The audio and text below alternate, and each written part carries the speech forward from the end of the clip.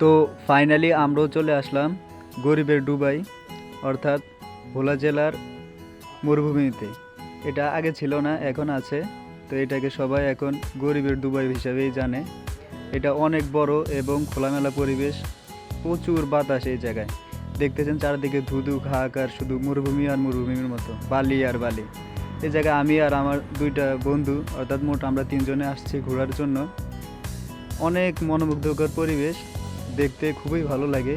অনেক দূর থেকে এই জায়গায় পর্যটক আসে। এখন বর্তমানে এই জায়গাটা অনেক ফেমাস, মেঘনা নদীর তীরে অবস্থিত। চারিদিকে খোলামেলা, প্রচুর পরিমাণে বাতাস। এই যে দেখতেছেন, এটা মেঘনা নদী। মেঘনা নদীতে প্রচুর পরিমাণে ঢেউ থাকে, বিশেষ করে বর্ষার সময় আরও ঢেউ থাকে। এখন শীত, এজন্য কম এই জায়গায়। আর এটা অবস্থিত ভোলা শিবপুর শান্তিরহাট, ভোলা জেলার ভিতরে। এখন অনেক সুন্দর সুন্দর জায়গা, তার ভিতরে এই মরুভূমিটা এখন অত্যন্ত ফেমাস এবং সবাই এটাকে চেনে। অনেকে যাওয়ার জন্য আগ্রহী, অনেকে যাওয়ার ইচ্ছে এই জায়গায়। কেউ ফ্যামিলি নিয়ে ঘুরতে আসে, কেউ এইভাবে গার্লফ্রেন্ড নিয়ে ঘুরতে আসে, কেউ বন্ধুবান্ধব ঘুরতে আসে। বিকালবেলা এই জায়গায় আবার মানুষে খেলাধুলা করে। প্রচুর পরিমাণে ভালো লাগে এই জায়গাটা। নিরিবিলি ঘোরাফেরার জন্য এই জায়গাটা অত্যন্ত ফেমাস এবং অত্যন্ত সুন্দর মনোমুগ্ধকর পরিবেশ।